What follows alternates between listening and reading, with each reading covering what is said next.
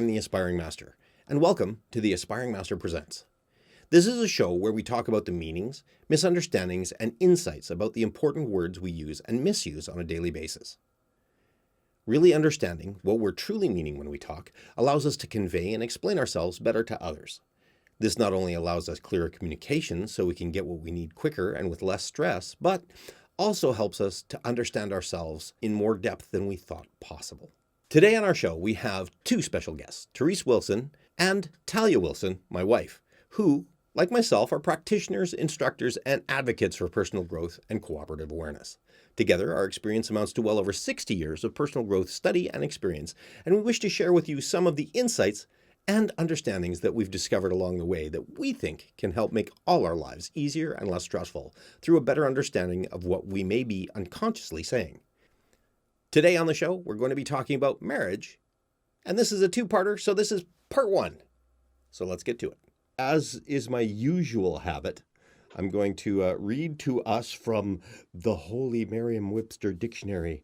And it says, marriage, the definition of marriage is the state of being united as spouses in a consensual and contractual relationship recognized by law. And if we go down to another definition, it says an intimate or close union. But it means something different, doesn't it? Like, I mean, we grow up with all of these connotations of, if we grew up in a religious household, marriage has something completely different. It's actually a holy union, isn't it?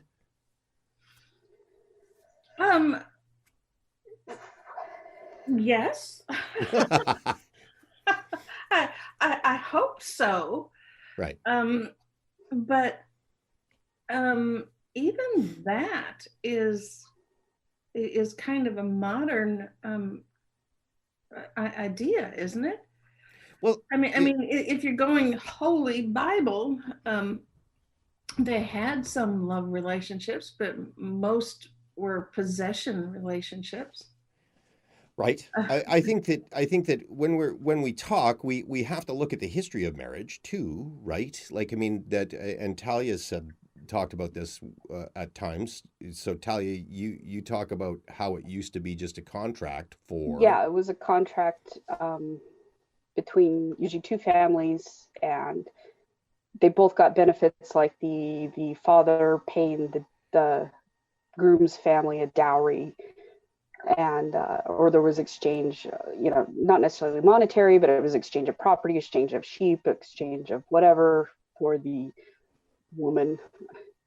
And well, in the old West, if you look at the history of the relationship of marriage, it was just about 100 years ago. Women were still considered chattel. We didn't have any rights as inside wait, of marriage. Hold on a minute. You guys have rights? We couldn't inherit. We couldn't get the kids. No. We couldn't get, if a man had 6 daughters and died without a will, the daughters didn't get it. The court had to decide who got it. I mean, they might get it, but the court had to decide. And it's not that long ago. When we lived in Korea, of course, that is quite a while ago, in the 90s, women were really, really hesitant to divorce because they still didn't have a chance of getting the kids. And they didn't have any property divorce that they could count on getting in the divorce. There was no safety net for them. It was after the 1988 Olympics, to save face with the world and not seem so barbaric, that it became illegal for a husband to beat his wife. Now, that doesn't mean that they didn't do it, and that law enforcement necessarily even enforced it. Yeah. But it was on the books finally that you shouldn't beat your wife. So the idea that women are beasts of burden, that they're there to do what a man wants, that they're there to have the children and all that kind of stuff, is not an ancient thing. And of course, in fact, you look around parts of the world right now, and it's by virtue, and this will go very quickly into an area, It has to do with what the morals slash religion of that region is. and, and it doesn't have to do with who women are. Okay. Well, I agree that historically women have gotten the shaft on this one.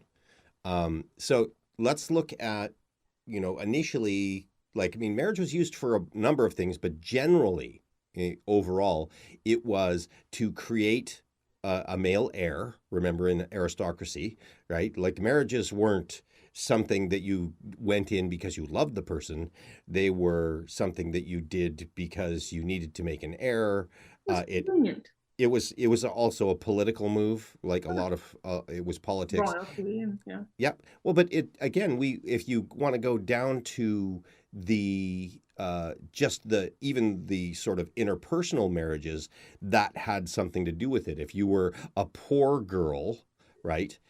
Depending on again what country that you were in, if you were a poor girl and you married higher than your station, right?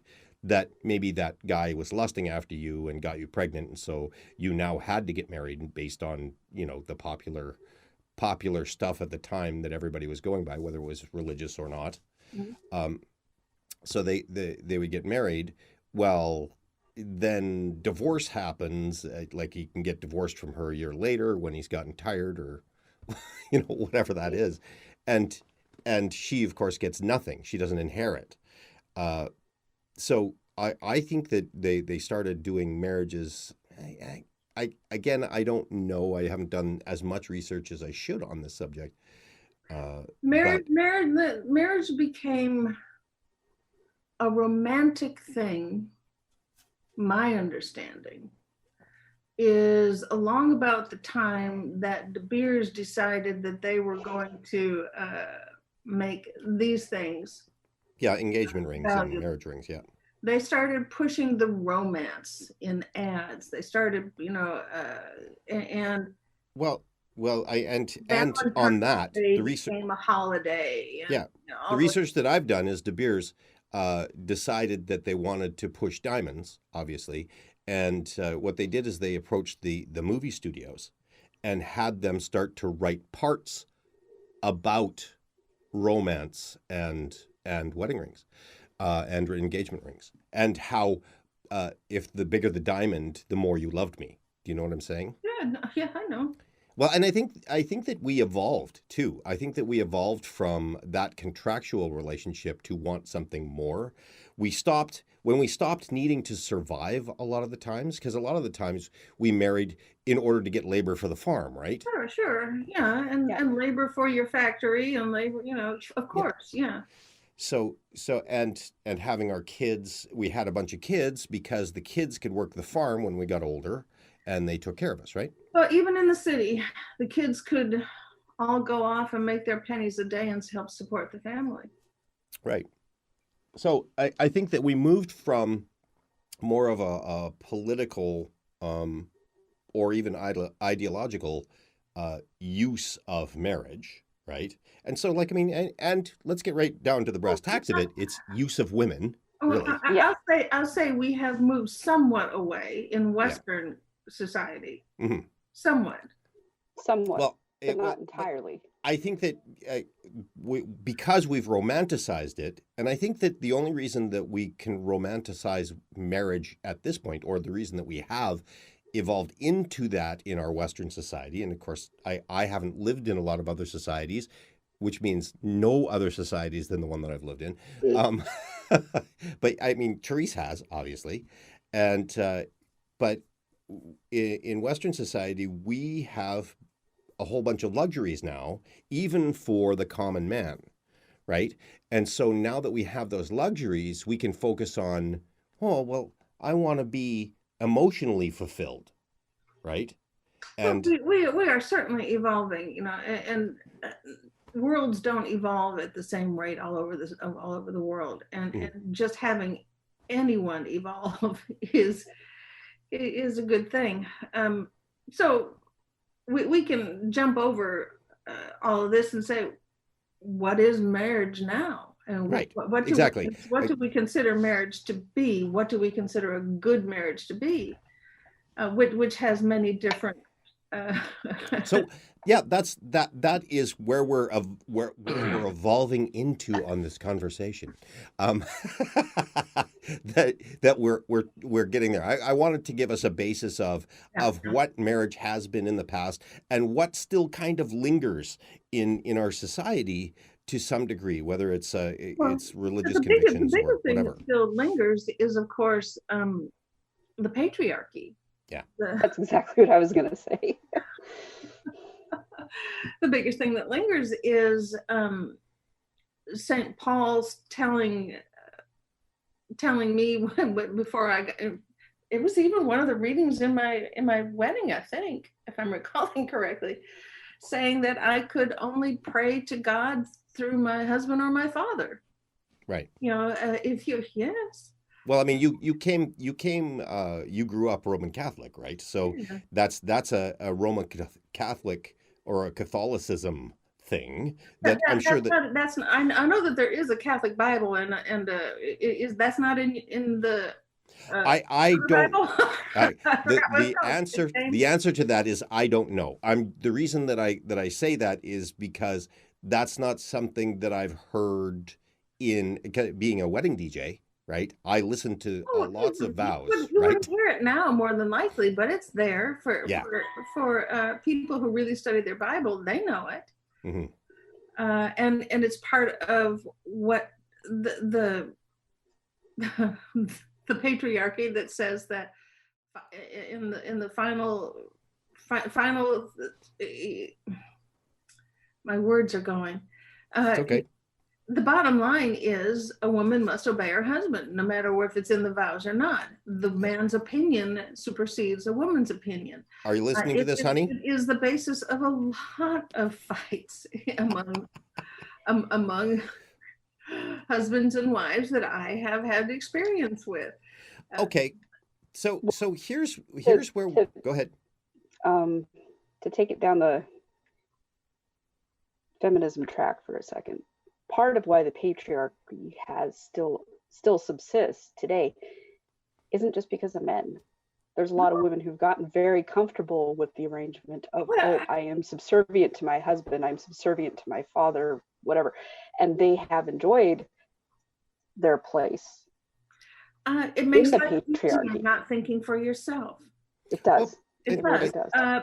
But I understand exactly what you're saying from a little more difficult aspect. A little different aspect. Women not only participate in it, they teach it to our children. Yes. We Yes. perpetuate it. We are in a global Stockholm syndrome when it comes to the patriarchy.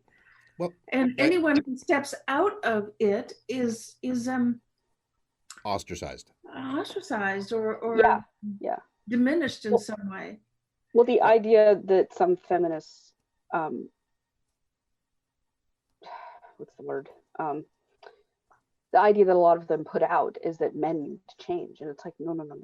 This isn't just on men. This is on everyone, because both sides have lived in these attitudes and both sides perpetuate. I will not demonize a man. I will say. No, I don't either. No. I don't either. When the whole Me Too thing hit, I was like, okay, where are the people standing up for the men who've been attacked? And no one else. Well, men can't get attacked because they're the stronger sex. It's like, okay, if you haven't met one that has, you will. And, ask them how they feel about all this, because a lot of them were excluded and didn't like the fact that they were being not believed and in turn vilified when they've named their accusers, because oh, you're just ruining someone's life because you're a man who couldn't stand up for yourself. And it's like, no. Well, the stats say that one a little bit back on topic. Sorry about that. A little story here. When I lived in Korea, my husband's office manager had a son and a daughter, and her husband was very traditional Korean. Korean male means he's the head of the family. And of course, in Korea, there's one little caveat: women control the money. For some reason, women control the money.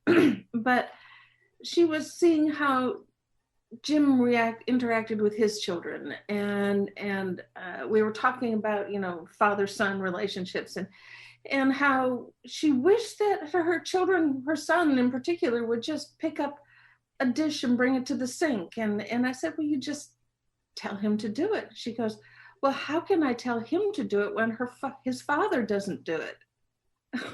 I say, well, you tell your son and your daughter that things are changing around the world right now. Your father's a very good man, but I am teaching you how to get by in the world as it is, not as it was. And she goes, I just don't think I can do that.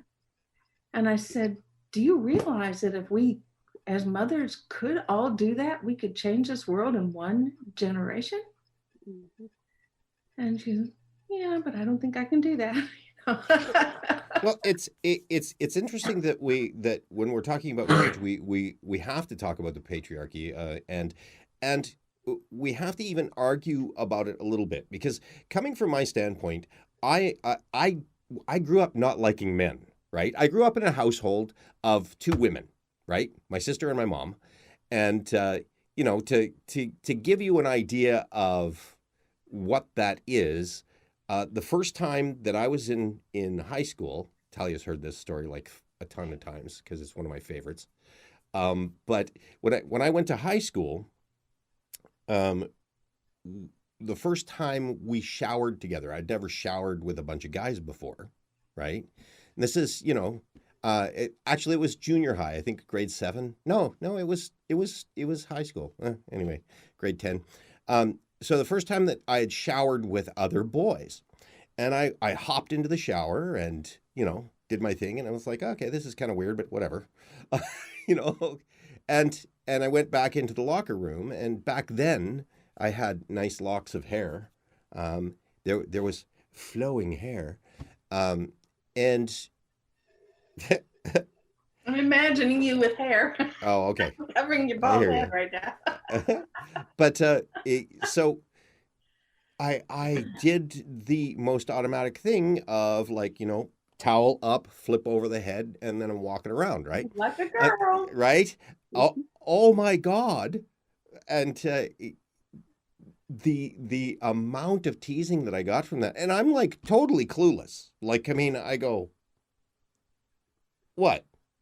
Right? What's the thing, right? There's nothing wrong with what I'm doing, because it's a super efficient way of leaving the towel out of the way, getting the hair a little bit drier while I'm walking around and doing other things, right?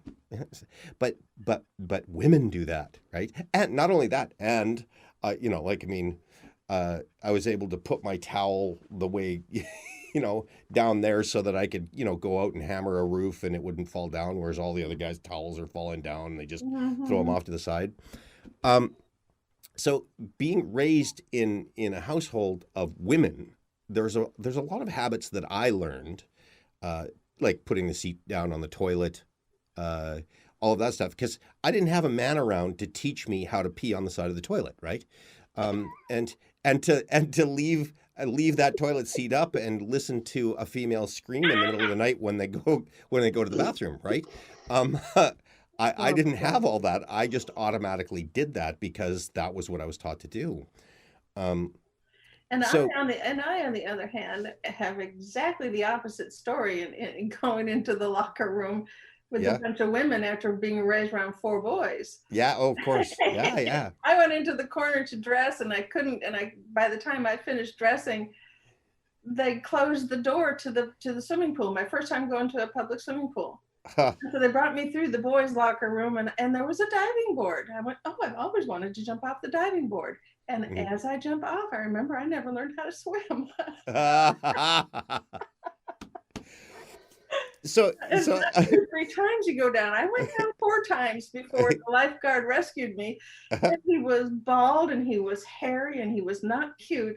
And he goes, from now on, stay in the kiddie Shallow end of the girl. pool, yeah. Mortified. My fantasy of lifeguards gone forever.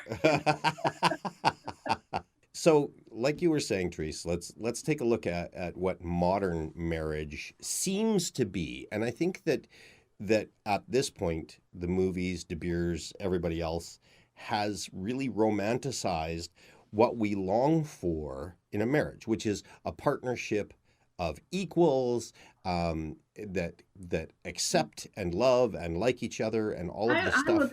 I will disagree with that, because Yeah. what we've been told that we want is a relationship where the other person completes me, where the other person Yeah, yeah. fills me, where we are not responsible for who we are and all we are. I think that's the subtext. Absolutely. I think that when I say those things that I was just saying, that's the way it's interpreted. I think it's shifting to more and more people actually understanding that you are two whole people who come together to share that wholeness. No one knows everything, but Right. but it's still romantic. Well, he now has here, to bring he has to bring me flowers so I feel needed. He well, has and to do and this. if it's Valentine's Day, I That's need everything, you know. I need chocolate and sex, right? It's um, And to make me feel of okay. course, you in one of the other shows you pointed out that love at first is a chemical, at least in part, a chemical reaction. Oh, it's It's fully a not in chemical part, it's reaction. completely a chemical Completely a reaction. chemical reaction. No, I don't necessarily agree with that, because everything that Jim and I uh, are the foundation of our marriage actually occurred in the first 2.5 hours that we talked together on the telephone before we ever met. Right. Well, now, I'm when I'm saying when you're in the in love process, that doesn't mean that you haven't started formulating a different kind of bond of love before that started. Now, if we're taking a look at healthy marriages, because I believe that both your marriage and the marriage between Talia and I are way more healthy relationships. I can't say there's no such thing as perfect in this field, because any relationship with another person is never going to work out absolutely great. Nobody ever fights, all of that Yeah, stuff. the idea of a perfect marriage is a myth. There's no such Yeah, thing as a perfect marriage. I will agree on that one. Well, thank you for your verdict. um, so so when we're talking about, I think that when we're talking about in love, because when those chemicals hit, it's incredible. Now, if you've already got a formulation of a friendship, or something that evolves into that, as opposed to just going, I just fell in love with this person after talking to them for 2 seconds. That whole, and then all the hormones kick in. It's something different, and a lot of the times we get attracted to people we don't know why we're attracted to. I mean, my first marriage was, I fell in love for the first time. I fell in love with basically somebody that was my mother, and which was not a good thing. My mother was not the best lady person that I've ever met, but she had her big flaws, but because it was familiar, right? And part of it's pheromones. We can smell things, and our genetics are looking for genetic diversity. So there's some of that stuff going on in there as well. But a lot of the times we fall in love with the familiar, right?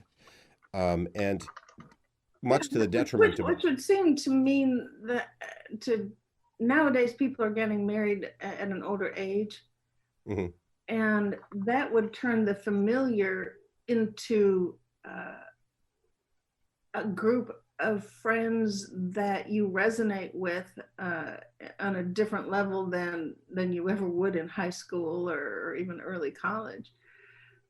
You've had more of a chance to draw unto yourself, so to speak, someone who really will resonate with more than just the physical and the superficial.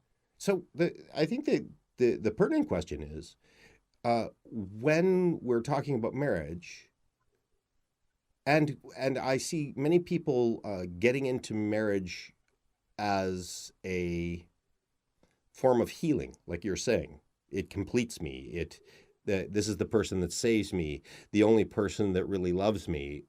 All of those things that happen in marriage, and of course, then afterwards, after you're through the in love phase, where all the hormones and dopamine and norepinephrine and the lower serotonin, all of the stuff that goes on chemically in your body that makes you literally addicted to another person kind of flows away, and after you're left with the fact that you're with somebody you don't really know, who doesn't really accept you, but accepted you because they're full of a bunch of chemicals, right?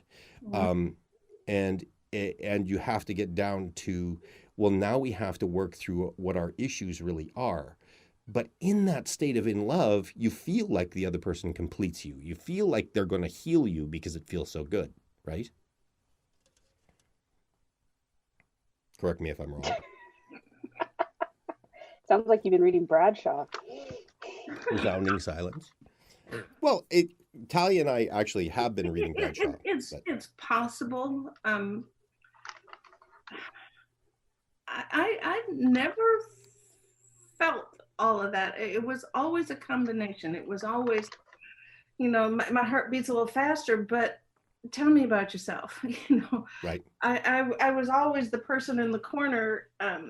If I was even at a party, I wasn't drunk and stumbling, and I was the person in the corner wanting to have a conversation, getting to know the person who was hitting on me. Well, and there's where I agree. Although I don't believe that I've ever been hit on myself, but yeah, you have. Well, I mean, later on in life. I'm not talking about earlier. I was way too needy earlier, especially emotionally.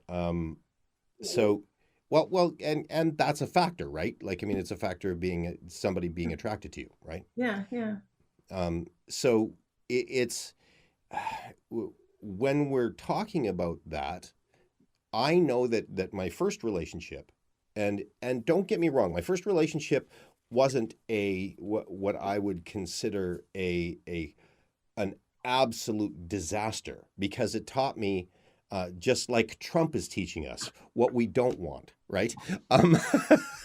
For a lot of people, but okay, but yeah, I know. What do you consider to be the basis of a good marriage? Okay, well, again, that good is subjective, right? So the basis of, how about the basis of a workable marriage? Okay, Drew, we get it. You're smart and you're trying not to talk down to people. Here. But you know what? Answer the damn questions. Yeah, that was not the place to find words. This is a good marriage.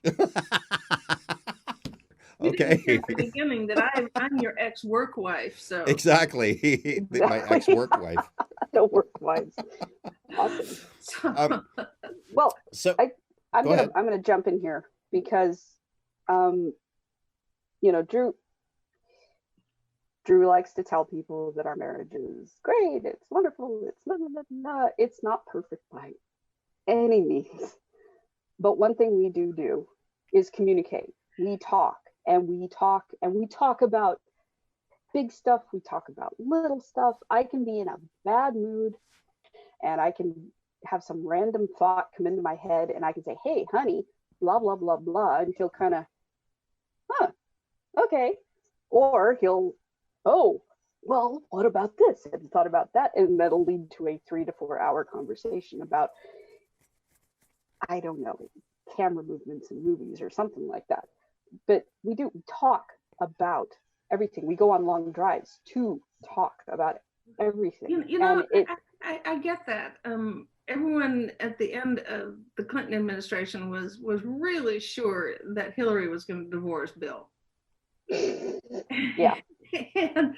and she wrote her book, and I read it, and she addressed the Monica Lewinsky scandal with about this much. But what she said about their marriage, she said, I'm not going to talk about our marriage. She said, but I will tell you this, the the conversation just never ends.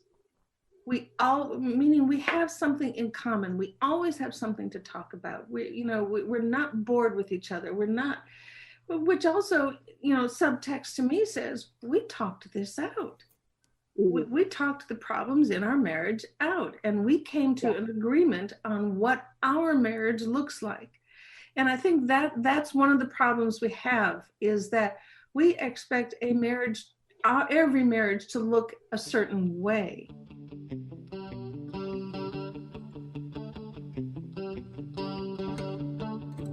What is the soul's only desire? To mate? I think it's to create. Okay, I think so. I don't remember. Okay. To create. This is a good answer. I think mate would be close. Yeah, it would be a close second. I want to break in too and talk about the illusion marriage that we've been taught since we were children. When we take a look at Cinderella and we take a look at all the fairy tales, even all of our TV shows as we were growing up, It's all men of them rescuing women. Yeah, it's well, the fairer sex being taken care of by the man, and or at least being fulfilled, right? Oh, And the remember, truth, remember, in most popular media, women aren't fulfilled until they become mothers. right, but and well, there's and in Catholic religion, a marriage isn't a valid marriage if you don't agree to have children. right. If you're not in it for procreation purposes. Oh, I we'd be in had trouble. to agree, and it's still true. I had to agree that I was planning on having children before the priest could marry me in the church. Wow. And it's still true. Well, Which is one of the reasons that many religions, including the Catholic Church, will not marry same-sex couples, because they can't have children, procreate. right? Oh, that makes sense. And that gets us back to something I wanted to say at your beginning introduction of Merriam-Webster, because it does differentiate between a religious marriage and a civil marriage. Right. And that's where the courts now in the United States are going, is to the civil legal rights ceremony, and as opposed to a religious ceremony. I want to actually backtrack just a hair, because one of the things that, like I said, we have this fantasy that we've been taught on television, through movies, all of that stuff, of being complete and whole, and like Talia says, being complete and whole in a marriage and with children, right? And especially for women. Women's that is one of the major thing that women have to go up against, is the stigma of not having children when you should. So there's all of those things, but that fantasy of marriage comes out, and the thing is I think that because our parents never talked to us about marriage, really, I haven't found any, unless they talk to us about it in a religious standpoint, which in itself has some issues. But when we said, well, you go, you get married, you have kids, and that's what you were supposed to do. I remember having a conversation with my mom about it. I said, "What? Why? Why did you do that?" He says that was what we were supposed to do, right? We were supposed to find somebody that we liked, or that was a good provider, or that was, and sometimes a lot of the times in the old style, it didn't have to do with love. It had to do with, well, he's got a good steady job, he can supply all of this stuff for my kids, and I kind of like him, right? He looks like a decent person. So that was just the next progression of, well, now it's time to get married and have kids at a certain age.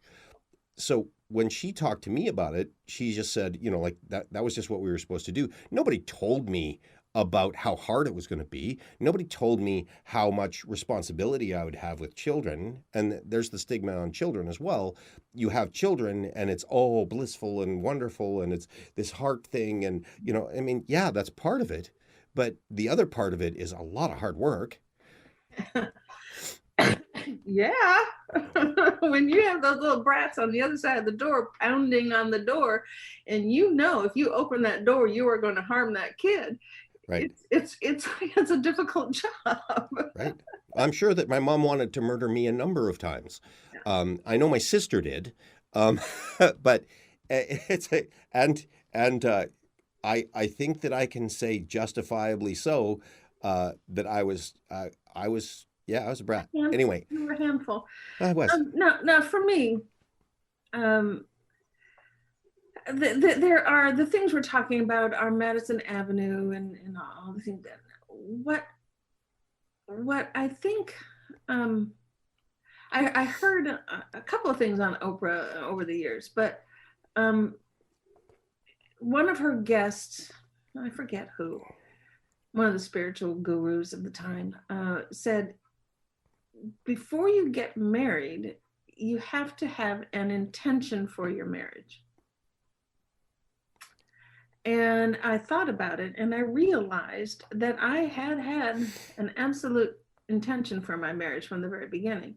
Mm-hmm. Because before I met Jim, I got down on my knees and I said, "Dear Lord, when I'm supposed to get married, if I am even supposed to get married, just send me someone who will help me be a good Christian." Right. Now, it was an immature prayer because Christianity and I have parted ways, but spirituality and I have grown. But it was an absolute intention to have a spiritual relationship. Mm-hmm. A week later, Jim showed up in my life, and 9 weeks later, we were married. But it's always been, he was in agreement with me that we were on a spiritual journey. Mm-hmm. And that has been the foundation of our marriage, because it brings us right to recognizing how, 2020 hindsight, how this progressed to bring this into our lives, how gratitude very strongly into our relationship on all levels. And so many of the things, that conversation God talks about to have a good relationship, whether it's a marital relationship or a friend relationship or whatever, have just been part of our lives from the get-go. And I firmly believe it's because we had an intention for the marriage. And so spirituality doesn't mean, we're constantly, with the halos over our heads and everything. It means that we go off to the left, we go off to the right, and we find a way to come back to center and to each other. And it means that we recognize that my husband's journey and my journey may sometimes go a little bit different paths, but we always come back to each other.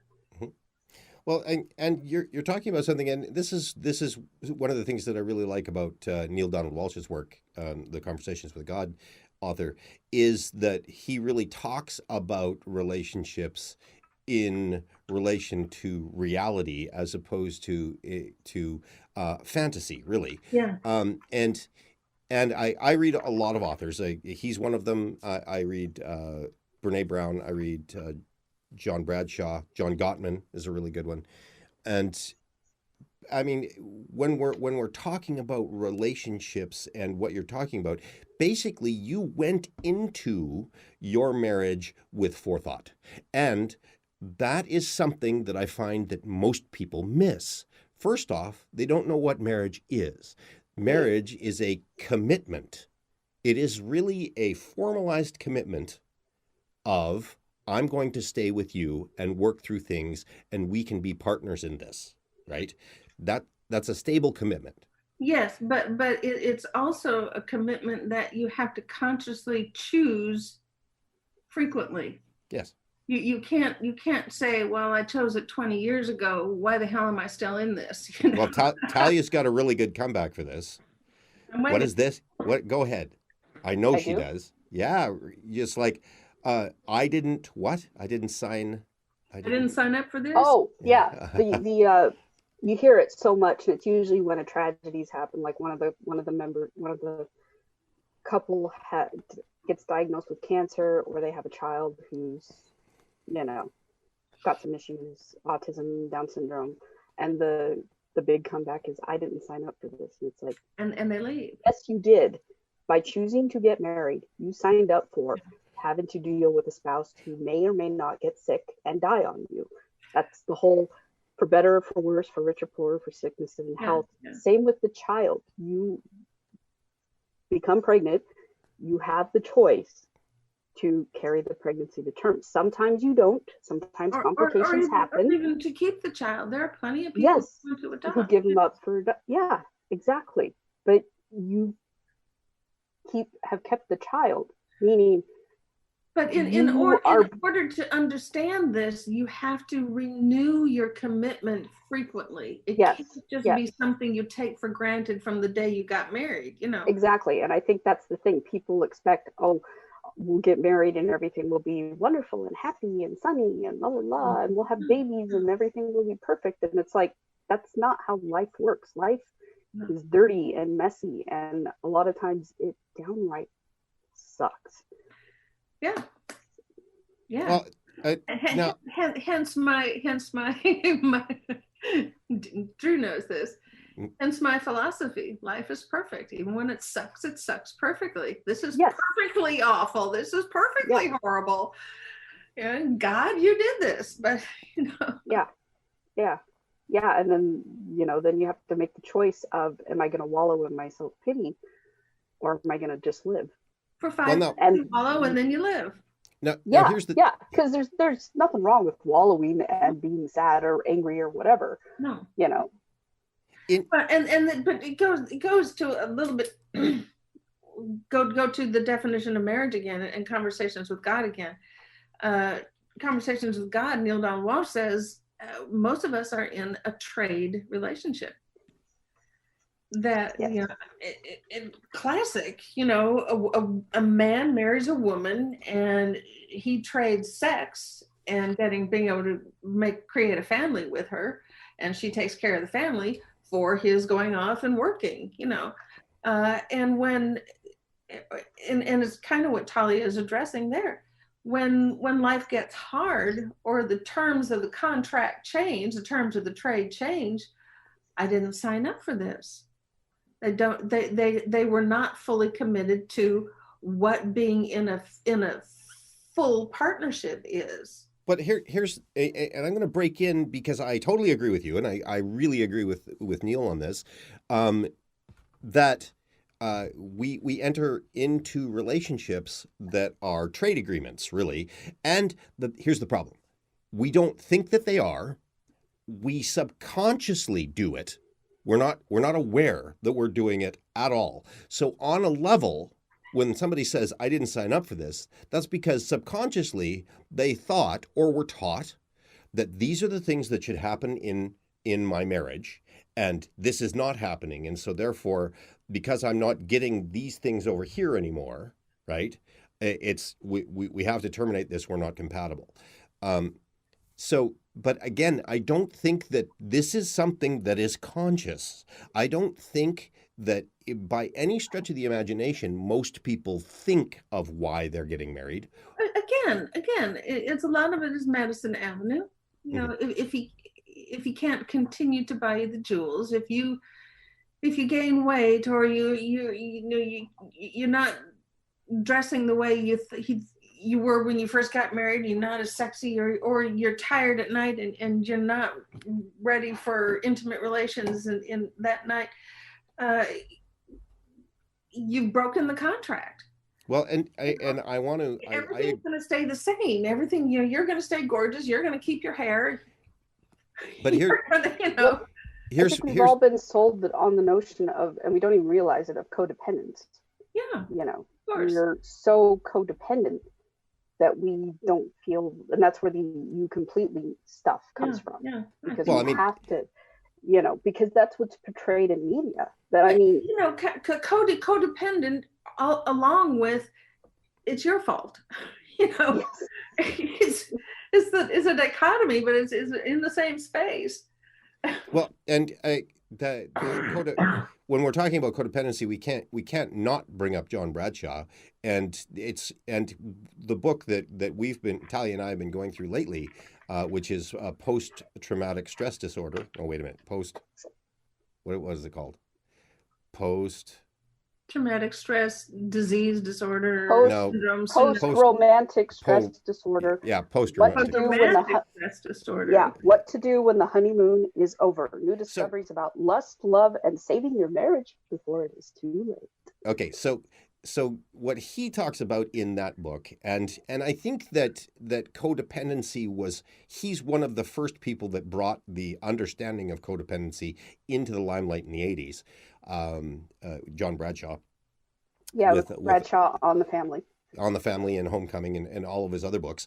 But what he talks about in post-romantic stress disorder is that after the honeymoon period, which is roughly between 12 to 18 months, so that's the time when we're filled with all the chemicals, we think in that chemical section that we are compatible and wonderful. But remember that as animals, those hormones are there to get us to reproduce, and they slowly wane as we get into doing the family thing.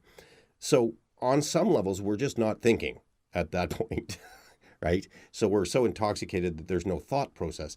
After that all wears off, that's when we hit that post-romantic stage that he talks about, where reality comes in, right? We've just had a kid, or we just got married, and all of a sudden I've reverted back to the guy that I was before the chemicals, and you've reverted back to the woman before the chemicals. Now, maybe we're compatible enough that we continue on this route, but then we have a baby, and that baby takes up all her time. She gets frumpier. He doesn't like that, or he gets frumpier, or doesn't have as good a paying job as she would like. All of those things crowd into us and cloud our sense of what we consider love, which were actually the hormones. And love, and mature love, is way deeper than that. And I think that Talia and I can agree definitely, and I'm sure that you and Jim can, that maturity of love takes something a little bit more, which means a little bit more forethought into where we're going and how it's going to go, and what kind of real commitment we're committing to, as opposed to trying to satisfy our codependent needs, right? Yeah. Again, I'm going to backtrack a little bit. Sure. You were talking about you didn't have a good model of marriage. Right. No one explained marriage to you. My mother, and I may have shared this with you in the past, my mother actually did a good job of that. She told me about the good things and the bad things, a level of understanding that you're going to share with your child, of course, about marriage. But when it came to dating, she said, I'm going to tell you how to find the person that you want to marry. She said, and it's a problem now, because so many of the young people who are dating are trying to turn even teenage dating into long-term commitments. Mm-hmm. They are serial dating. They're not just playing the field, as we used to call it. Right. And she said, don't go steady. She said, you date and you date and you date and you date. And mm-hmm. every time you move away from a guy, you take 5 minutes to decide what you did and didn't like about that man, that young mm-hmm. man. So that you know not just what you do want, but you know what you don't want. From having looked at the relationships, even though they were short, as relationships that can inform the real one. And I did that. I dated a lot.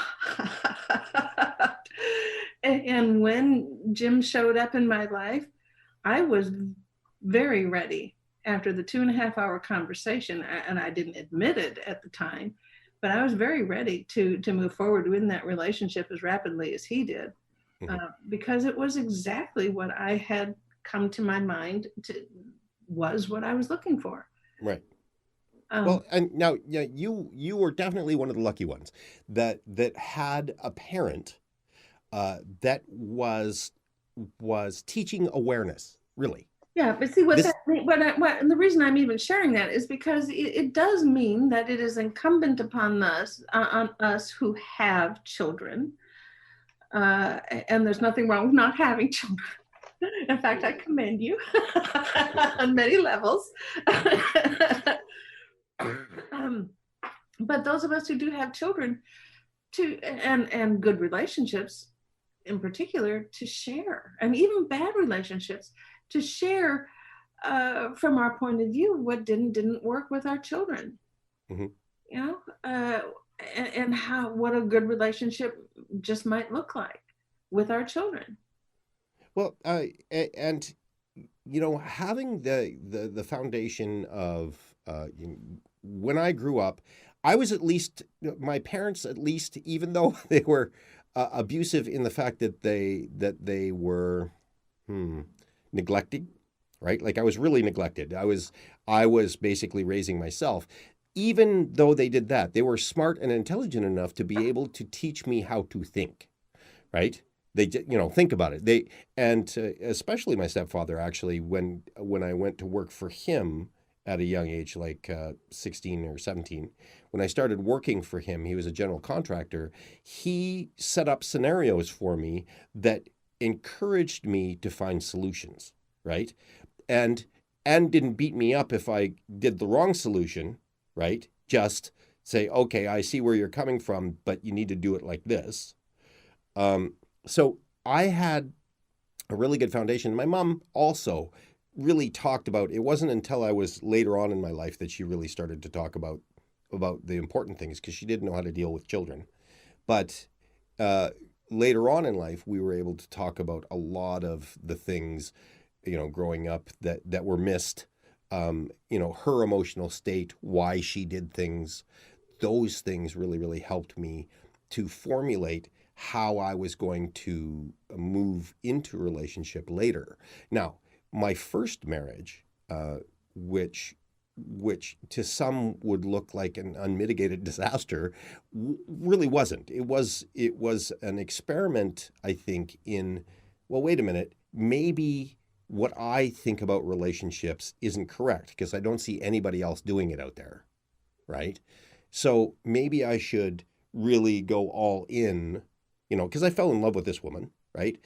And maybe I should go all in and do all of the things that everybody else is doing. And so I did, and I committed to that, and I committed to this lady to be able to do that, and work through the stuff. And I'm all about communication, so I really pushed, let's get communicating, let's do all of this stuff. Well, now, this other lady comes from a completely different background, and on a level was completely not compatible with my personality, and nor was I with hers, right? I had an idea that I could be, right? But in the relationship as it stood, Yeah. it wasn't that way. Part of the reason you got married was cultural pressure. To some degree, and it's what you do. I wanted to make sure that even though I had radical ideas about it, that I thought that marriage was something that you both, that you were both a part of, and that communication, open and honest communication, telling each other all about ourselves, allowing that wound healing, because it does happen in a partnership. You are able to find somebody that accepts you to a degree that other people haven't. Yeah. And I get that, but if you go into, and this is another part of what doesn't work in a marriage, if you go into a marriage thinking that the other person will heal those wounds, or that you can fix the other person, either as well, way, right? Either way, rather than simply create a safe space for that person to heal their own wounds, and you're there with them, and you can, and the communication part, of course, is key in that. That's very different than I will heal you. Right. Well, I mean, I came in from a standpoint of, I am aware enough that I can heal you. So there's some of my fallacy going into that relationship. Yeah, yeah. Um, and I like I said, I'm very grateful that I learned all of that stuff, because the 12 or Yeah, 13 years.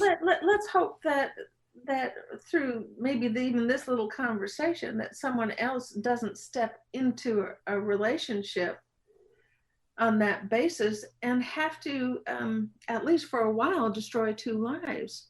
Well, and again, like Because you don't understand the nature of relationships.